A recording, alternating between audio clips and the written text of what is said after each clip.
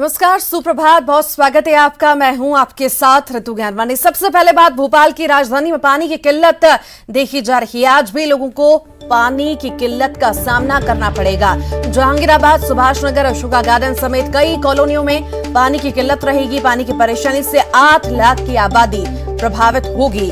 शाहगंज में बारिश और आंधी में टावर गिरने से बिजली सप्लाई बंद है। बिजली सप्लाई बंद होने से पानी की किल्लत हो रही है। पावर ट्रांसमिशन कंपनी की 5 टीमें कल से सुधार काम में जुटी हैं। नगर निगम के कर्मचारी भी साथ में लगातार काम कर रहे हैं। बिजली कंपनियों के 450 अधिकारी और कर्मचारी मरम्मत कर रहे हैं।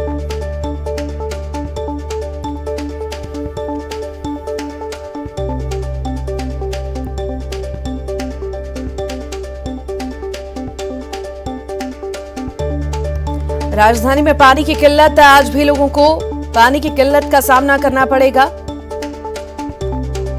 पानी की परेशानी से 8 लाख की आबादी प्रभावित होगी।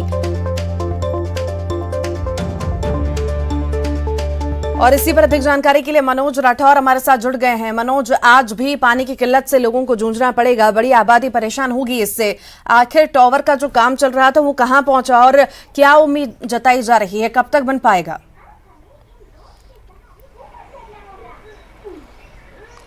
जी बिल्कुल, जिस तरीके से कल बिजली सप्लाई में जो दिक्कत आई थी आंधी की वजह से, जो तमाम बिजली के करीब 4 से 5 खंभे थे वो क्षतिग्रस्त हुए थे, उसके बाद उसको दुरुस्त करने का काम किया जा रहा है। हालांकि जो एजेंसी और बिजली विभाग की जो कंपनी है उसने करीब 3 दिन का समय मांगा था। कल का दिन भी जो है कई जगहों पर पानी नहीं आया था और आज भी जो है मेंटेनेंस का काम लगातार जारी है। कल तक ये लाइन दुरुस्त होगी क्योंकि नर्मदा प्रोजेक्ट के तहत शहर के तमाम जगहों पर पानी पहुंचाने का काम किया जाता है। ऐसे में जो दिक्कतों का सामना करना पड़ रहा है वो आम लोगों को कर रहा है। इसके अलावा गोविंदपुरा का जो औद्योगिक क्षेत्र है वहाँ पर भी कई जो औद्योगिक जो इकाइयां हैं वहाँ पर भी इस तरीके की दिक्कत का सामना करना पड़ा। कई इलाके, करीब 8 लाख की जनसंख्या है जो प्रभावित इस सप्लाई लाइन की वजह से हो रही है और यही कारण है कि लोगों को दिक्कत का सामना करना पड़ रहा है। पानी की किल्लत को लेके तमाम जो वैकल्पिक व्यवस्था है उसके लिए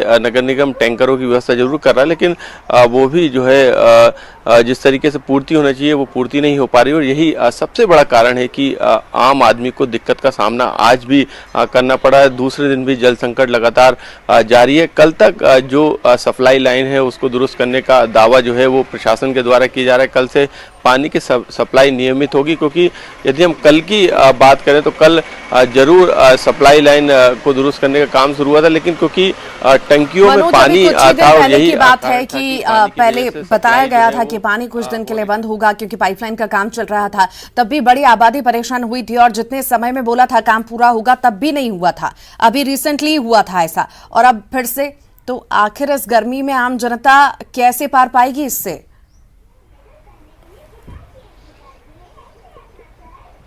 जी बिल्कुल, कल की जो स्थितियां नज़र आई थी मालवीय नगर के आसपास की झुग्गी बस्तियों में जो देखा गया था वो पानी की वजह से लोग परेशान हो रहे थे और यही सबसे बड़ा कारण था कि प्रशासन को वहां पर टैंकर पहुंचाना पड़ा। हालांकि वैकल्पिक व्यवस्था इतनी कारगर साबित नहीं हो रही ज़मीनी स्तर पर, क्योंकि जितनी पूर्ति होना चाहिए उसकी ज़्यादा संख्या में जो है वो लोग जल संकट से ग्रसित है और जो पानी की सप्लाई है वहाँ पर नहीं हो पा रही है।